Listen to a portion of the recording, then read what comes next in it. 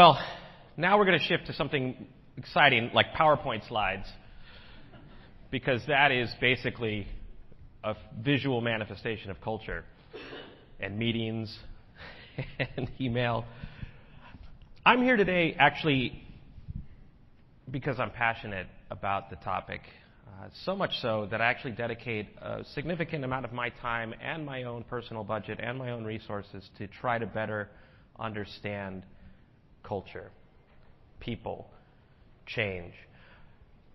My entire career, for those who have no idea who I am, has been based on pushing cultures, management, leadership, organizations forward into the future. Because all of this digital stuff has been playing out since the consumerization of technology. So we can trace this all the way back to the 90s, and we're still talking about it. We're still trying to change, because a lot of the organizational models that exist today were designed in the 1960s. In fact, I just published a research report on customer service. A lot of those models for customer service were published or created in the 1950s. So there is a lot of legacy. There's a lot of history. There's a lot of process and roots that have gotten to us where we are today. But every time I study innovation, every time I study digital transformation, customer experience, you name it, the number one inhibitor to those things flourishing is culture. The number one thing when it works really well is also attributed to culture. So it is the number one catalyst and the number one challenge that we face. And somewhere in that whole discussion are people. We are the change. We are what's responsible for performance today, but also this performance tomorrow. Yet culture is one of those things that's ethereal. It almost is not tangential. And some of the experiments that I've been investing in over the last several years, both on research, but also in what you've seen in Candace's presentation, what you heard from Bryce's presentation yesterday, what you see outside there in the hallway, this beautiful culture wall, has been the experimentation of art and response, art and motivation, art and change. And I can tell you through all of this work, I have found actually that the next biggest trend for organizations that want to both perform by traditional standards and also perform in ways that enliven people, that just create culture, that make people feel proud of where they are, that make them feel like they're part of something bigger than them, is employee experience. Employee experience actually is finally where we get to the heart of the matter. What really matters to business, but also what matters on the outside. When we talk about digital workplace experience, I found in my work, my research, by living inside of many organizations over the years, is we really get caught up in the technology. It's very easy to do because we're looking at systems, we're looking at products, we're looking at services, we're looking at adapting change based on the behaviors of how we use these products. I'm sure you've seen a resistance in some cases to wanting to adopt or use these technologies. But digital workplace experience doesn't just mean how are we going to deploy new technologies to work in modern ways. It also is an opportunity to just look at how, why, and what's possible with work itself. What does it mean to work in 2018, 2019? What does it mean when we talk about employee experience? What does it even mean when we talk about experience? You know, believe it or not, that word, like innovation or transformation or any business bingo or buzzword game that we want to play,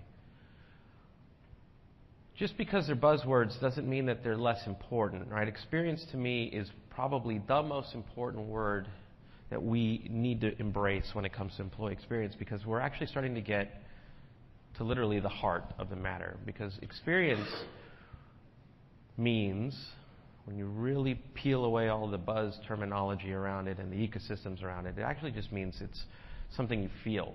Something you feel, something you interpret in a moment. You can measure experience by how someone feels and how someone reacts.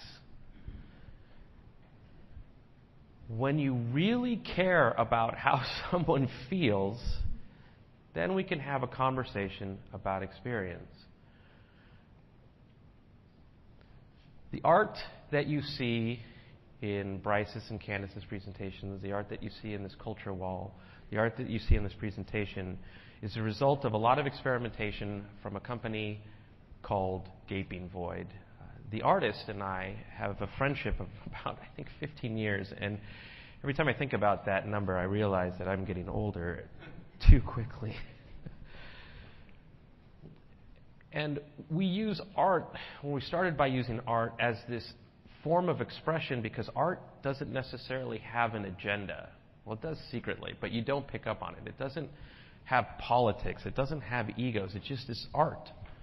And art is a way that we can all relate to something without necessarily having to go through all of the politics and the battles and the arm wrestling that we normally do, or the posturing. So when we talk about employee experience, we can't fix or change anything until we actually understand what it is today. And you'll see that there are two narratives happening, well, three actually, what I'm saying, what you're reading, and then what the cartoon is expressing. And because we have limited time this morning, I'll make sure that if you want a copy of this deck, that the team gets one to you. The reality is that most people are disengaged today. A lot of people just show up. A lot of people just need the paycheck. A lot of people are afraid to start looking, but they are looking. And look, when it comes to transformation, we don't need everybody to come along. I know that is a little rough to say, but we need the right people to come along, and at the same time, we need to attract the right people. And if people don't feel they love what they do, that they love showing up, then we have problems that cloud or collaboration or real-time software and platforms aren't going to solve. In fact, they're probably going to accelerate the challenges that we have today. A couple years ago, I ran some research that studied how executives were thinking about change and culture and human resources and employee engagement, and then how employees were feeling about all those things. And what I had found was that there was a tremendous gap between the two. This is something you can download for free. I think if you just Google that in my name, it's available out there. But here are some of the highlights. Executives believe that employee engagement is important. But employees rated their engagement right in the middle. In fact, a lot of them just called it employee propaganda. It was just a communications program. It wasn't actually a program. More than one-half of the employees I surveyed were neutral on their company culture. That's horrible. It means that it doesn't really even exist. And more than a quarter felt that it was dysfunctional. I got to tell you, when I talk to employees, I am not an analyst. I am a therapist. Hey, can we close that door? Do you have a couch? In a report that I recently published called The Digital Culture, examining what it takes for companies to succeed or fail in this economy, culture was, again, cited as the number one hurdle. And when you break that out into all of the areas where companies were struggling in creating a digital culture, not even a digital workplace, but a digital culture, you can see it's everywhere. Customer centricity, innovation, data-driven decision-making, collaboration, open culture, digital-first mindset, agility and flexibility. I mean, just even those last two, agility and flexibility and digital-first mindset, those were the two big challenges. For example, I can't make decisions fast because the very nature of how we work doesn't allow for that. Or digital-first mindset is completely new. Because we're so used to working in certain ways and making decisions in certain ways that we use digital as tools, but not as a way of life or a way of work or a way of living. But that's exactly where things need to change. And look, it's not easy because we grew up being told and taught and rewarded for following the rules. At home, at school, at work, that's what we do. We follow the rules. Those rules become norms. Those norms become behaviors. Those behaviors become the culture of the organization. That's why many companies are risk averse. That's why employee engagement is down. That's why morale is down. Innovation asks you to break or challenge those rules, and that goes against our very conventions and beliefs of how we work or how we were raised, because it's fundamentally asking us to challenge, essentially, authority.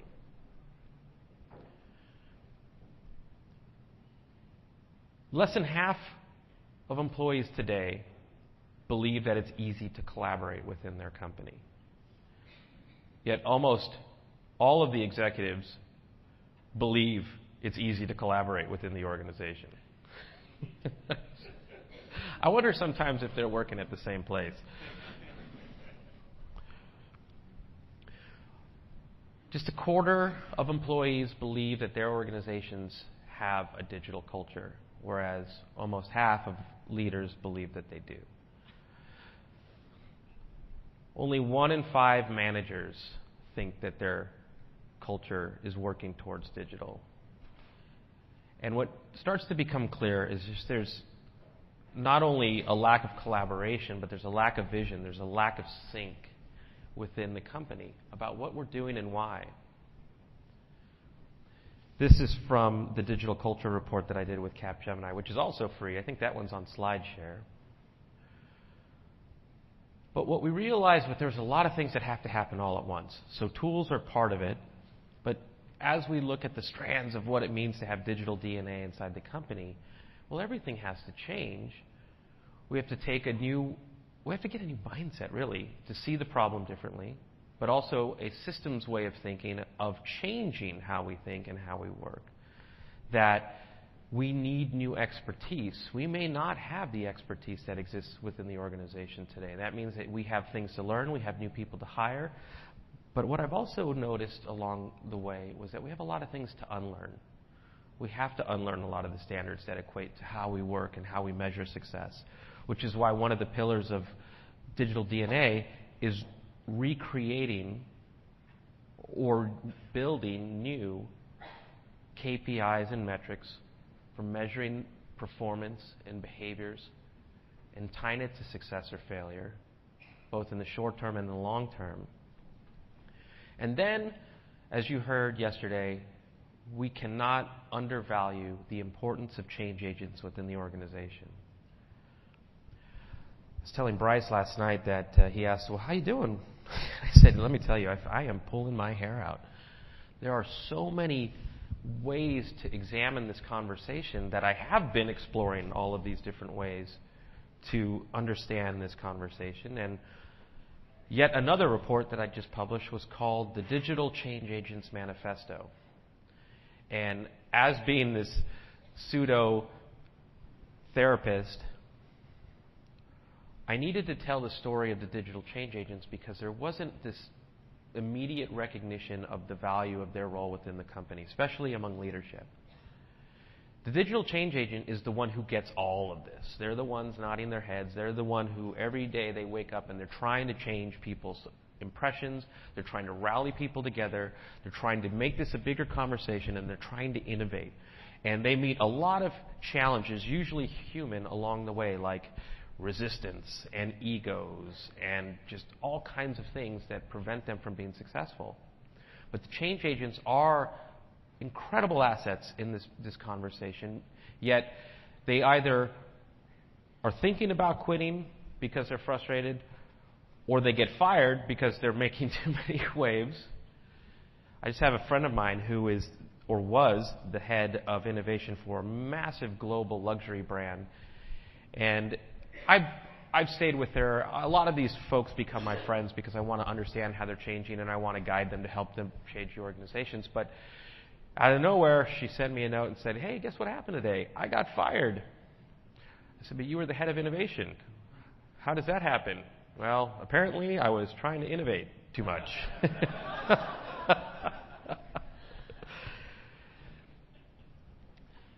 So there are real human challenges. And not that we're going to solve them here today, but I think what I wanted to do with our time together was understand what's really here. What is the heart of the matter? What should I be thinking about when I leave this conference differently? What are some of the things that I can do to bring other people into this conversation? Because the thing about change agents is that we are all change agents. That's why we're here, whether we give ourselves that title or not. That's why we're here. We're here to learn. We're here to see. We're here to explore. Most importantly, we're here to build a community with one another because we're all facing the same challenges. These all are your new BFFs because you can't do this alone. And one of the greatest skills that I had learned about change agents was not only their resilience, but also they were cheerleaders. They knew this is hard, and every day they had to not only pump themselves up, but they had to remind everybody that this is why we're doing this. This is why this is so important. And every story of transformation, every story of change starts with personal transformation. How do you want to see your role within all of this? Because I can assure you that in the best stories where a company changes, small at first and dramatically later, it is because change started from the middle. Rarely is it top down. It eventually is top down because that's just the way that businesses work. But the ideas, the possibilities, the talent all come from the middle. Because when you look at the top today, they have a different priority set. I gave it the official term of out of touchness. So that way we don't assign blame, it just is what it is. As you've already seen the out of touchment stats coming out earlier. I mean, executives think this, employees think this. But there's a real science to it, right? Every single day, executives are responsible for certain things. Employees are responsible or feeling certain things, right? The executive reports to shareholders, stakeholders. They think quarter to quarter, performance basis. They're making decisions off of a dashboard. Those are all good things, and they're all rewarded for those things. But at the same time, employees are doing what they're told, and at the same time, they're being asked to change, and at the same time, they're feeling personally the struggle to change because these are very dynamic and also scary times. And what happens between that is this divide that you've seen. It's an experience divide. It's an innovation divide. It's a work divide. It's a culture divide. It's a lot of divides. But the good news is that once we start looking at it this way, we can stop that divide from growing, and we can also start to close it. I'm sure many of you have spent time on Glassdoor. Glassdoor to me is the executives that I talk to have the same response that I think restaurants had early on with Yelp. Why can't we just shut that site down? Who are they to say that my food sucks? I worked with a company, a big pharmaceutical company, that we were creating an innovation and a transformation strategy for the whole organization. And somewhere in the middle of the conversation, the chief human resources officer asked if they could have the floor for a moment to see if they can squeeze in some elements for their work. And they said, hey, look, we have a real problem because we're touting this need for digital talent. We need younger mindsets. We need more innovative folks to get in here to drive our work forward. We have big challenges. We have big goals coming up, but it's not working. We're not able to attract the people that we want. I said, well, what's going on? Well, I said, well, they're going on Glassdoor, and they're going on YouTube, and they're seeing that it's not the best place to work. I said, so okay, what are you thinking about? What What are you doing about it right now? Well, we've got this huge campaign that we're rolling out of YouTube videos that talk about how great it is to work here. So that's cool.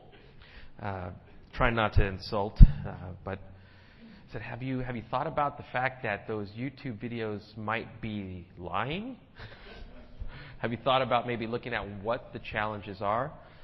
So let's do a couple of things here. Let's look up some of these reviews, and some of the reviews were, it's impossible to even apply for a job there. Like, I don't even know what this person's talking about. We make it so easy. We have a new system. It's a cloud-based system, blah, blah, blah, blah. All right, well, let's try it. Give me a job rec, and I'm going to apply right now. And so I reach for my phone, and they say, oh, you can't do that. It doesn't work on the mobile device. I said, well, did you know that 90% of most processes start on a mobile device? Of course we have to make it mobile. And it was just one example of this disconnect between these tools and also this mindset that work is actually what you say it is and what you do differently to bring that vision, that statement to life. It's creating this vision for the future. It's understanding what matters to employees, because what matters to employees today is different than 5 years ago, 20 years ago, 50 years ago. And that we have to bring employees along for this journey. Can't be told to do this. They want to have to do this. That the blueprint for the digital work experience is often counterintuitive. It goes against many of the norms and many of the beliefs and many of the rules that are in place today. That's why all of this is human. It's why about 15 years ago I became a digital anthropologist. It didn't even exist at the time, but I needed to study how technology was affecting us, how it was changing us. Because the reality is we work in an era of transparency. You may not like Glassdoor, but it is a window into the experiences that human beings have and human beings share. And so your culture is defined by the experiences that people have and share. And that is where I think culture design comes into focus. What do you want people to feel? What would you have people share? I think it was Jeff Bezos who once said, your brand is what people say when you're not in the room. I think most friendships are defined that way too. There's a new normal that's happening today, and this is exactly why there's a divide. Because employees are working to different standards, because every single day they wake up, every single day they get a new iPhone, every single day that there's a new app, they change. And they evolve. And how they work and why they work is not aligning with that. And most of the time, people don't necessarily know they're changing, because it's that boiling frog metaphor. It's that it happens slowly, but at certain points, their centers of reference change. They don't know why, it just does. But our way of working and our center of reference and decision making doesn't change. It hasn't evolved. And so we're making decisions about digital workplaces. We're making decisions about culture right here, while they're over there. And there's that experience divide. So what happened? I give it a fancy name. I call it the law of accelerated societal and selfie disruption. It really just means that technology experiences that we have, that we use in our personal lives, is changing us. It's changing our societal norms, our cultural beliefs. I think Marshall McLuhan, many, many years ago, once said, the medium is the message. That's what he was talking about, is that technology was changing us. And therein lies the message. And you can also say that the message is the medium, that it reverses us now, that technology literally changes what's okay. I mean, think about 10 years ago. Would your whole table have held cameras over their food together? No. What are you doing? 10 years ago, we used to have fits about people going to the bathroom to check their emails because they just couldn't figure out with their BlackBerries. Like, I can't have a conversation right now. I need an email break. This is a shower curtain that launched in March.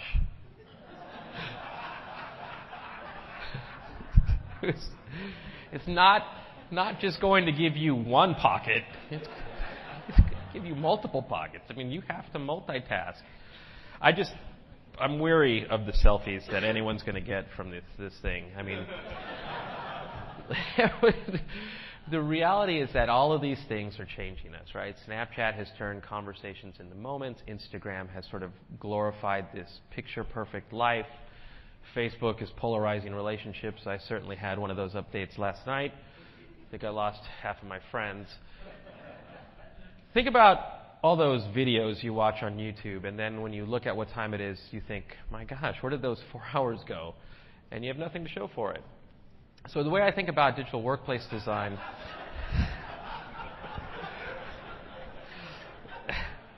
is that we're trying to design for people who vomit rainbows. And I had to have someone show me how to do that, and it's my job to cover technology. And we talk about, for example, that augmented reality is like this thing in the future. One day we're going to have augmented reality. Yet kids and, well, anybody who uses Snapchat or Instagram today, they have augmented reality. They just call it something else. They call it filters, right? So if you want to have dog ears or vomit rainbows or whatever, that's augmented reality. And once you start to experience this as a human being, it completely rewires how you work, how you think, your values, your aspirations, your norms, everything, right? And so you take this and you bring it into work, and suddenly everything feels off, feels weird. Deploying tools that have zero familiarity with any of this stuff, just because it's digital doesn't make it intuitive or seamless or normal. That's why we have to start with culture. What are we trying to do, and why? A lot of companies that I look at will put stand-up desks, open workspace, ping pong tables, free food, which I appreciate, happy hours, which I also appreciate. They try to gamify stuff, create leaderboards, put in Slack and other hip technology. Those are things. It's not culture. It's not experience design.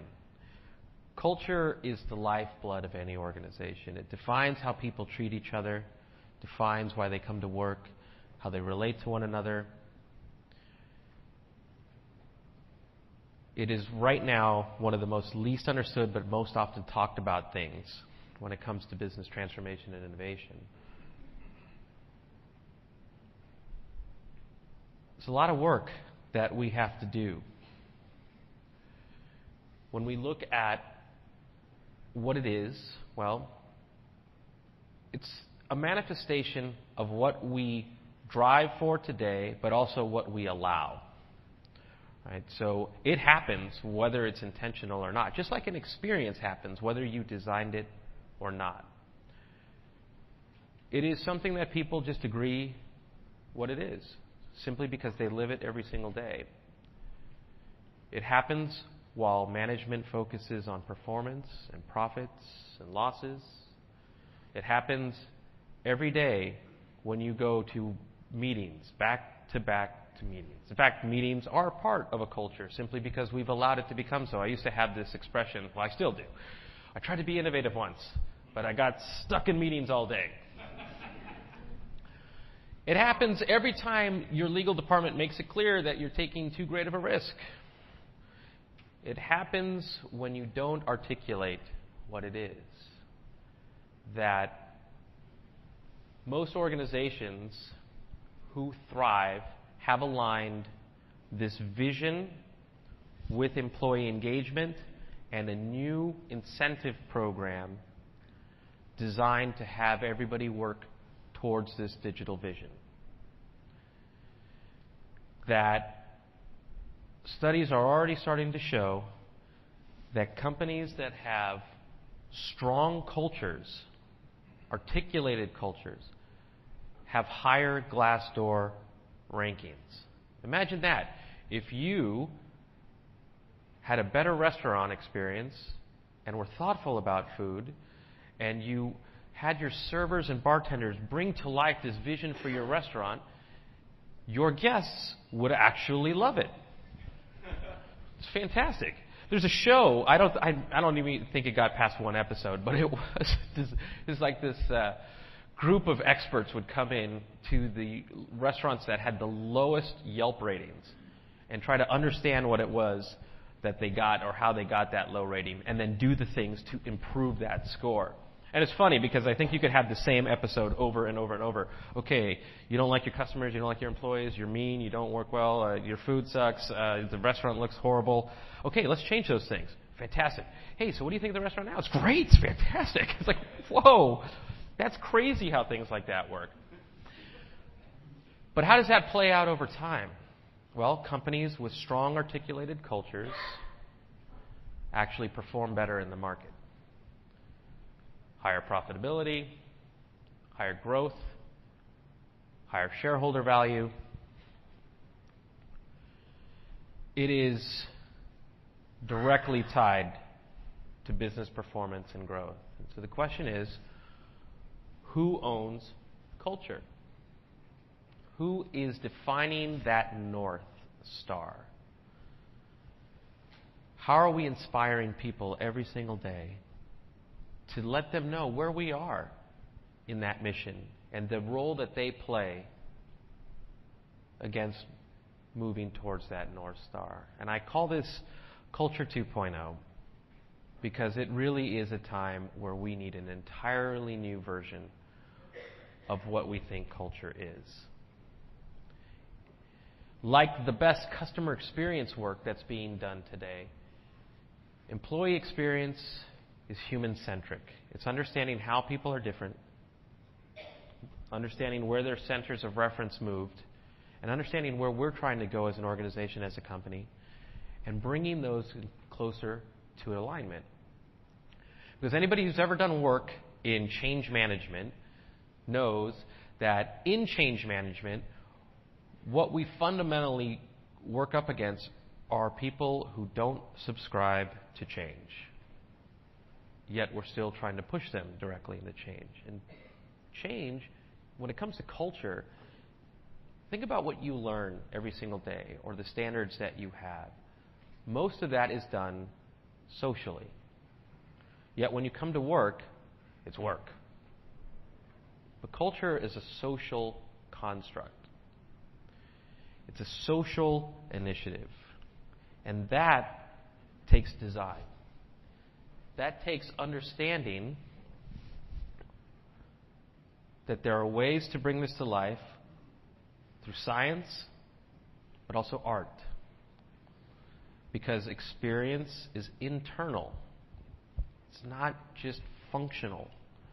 And that there has to be new approaches applied to this. Technology becomes a means. Technology becomes an enabler of what you're trying to do and how you're trying to work. But we have to take a couple of steps back. We have to realize, first, looking in that mirror, the problems that we have are all a result of culture. What we allow, what we don't allow.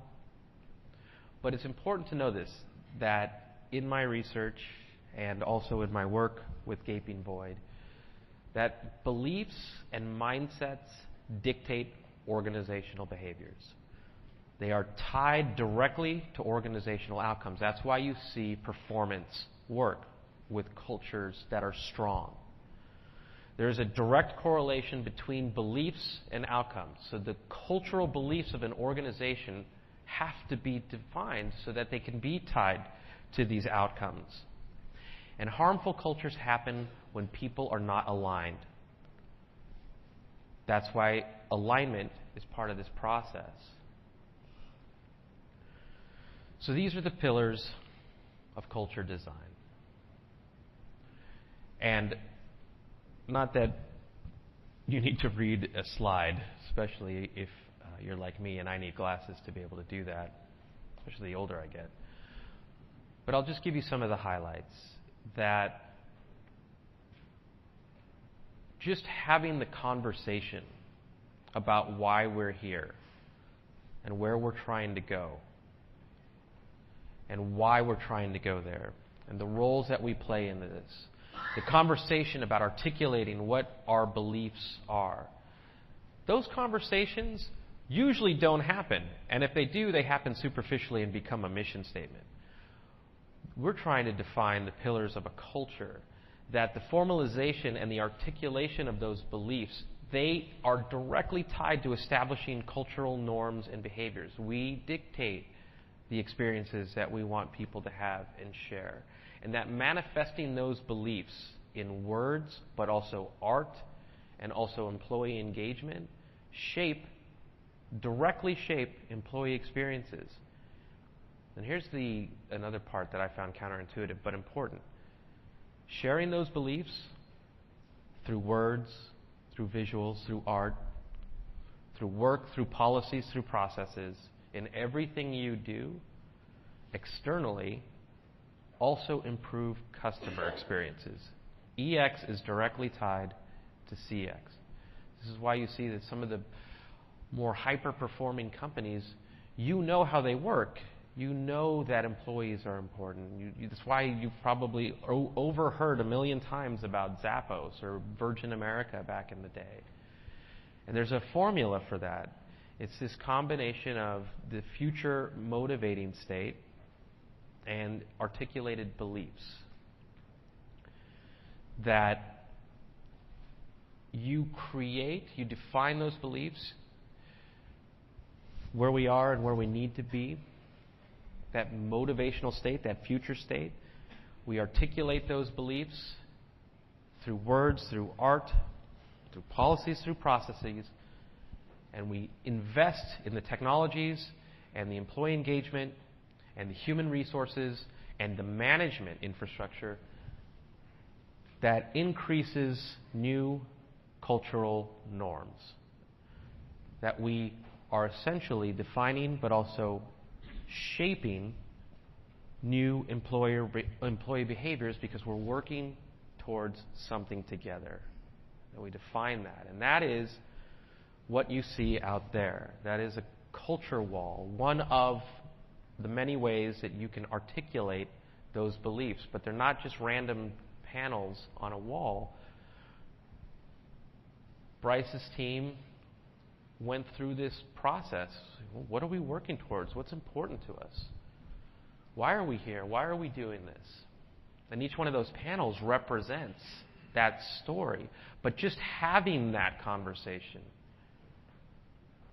was heartwarming, but it was also uniting. It was also aspirational.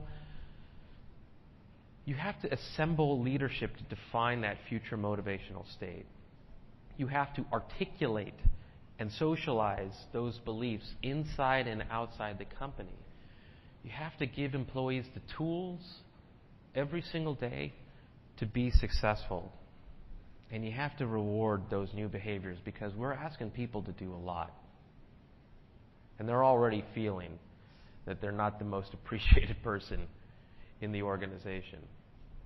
So the way I like to think about innovation is that it's all the work that we do to learn how to conform and move our centers of reference to new centers of reference so that we can be aspirational, so that we can be that North Star, so that people do want to come along for that ride.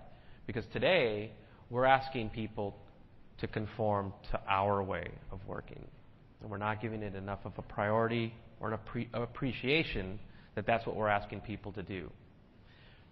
Because when you look at performance and you tie culture to that performance, then culture becomes the number one metric. Things like morale, things like NPS, internally and externally, those just become functions of aspects of how you work, not why you work. Culture is already proven to be your biggest competitive advantage. It's tied to employee experience and also customer experience. You can't delight customers if your employees aren't inspired. And culture design, employee experience, customer experience, it's all human. I think we're all just looking for something to believe in. And I think that's the role that you play in not just digital workplace experience, but actually culture 2.0. That work has to start somewhere. That vision has to start somewhere. And what I truly believe and what I've truly observed is that innovation starts here. Thank you very much.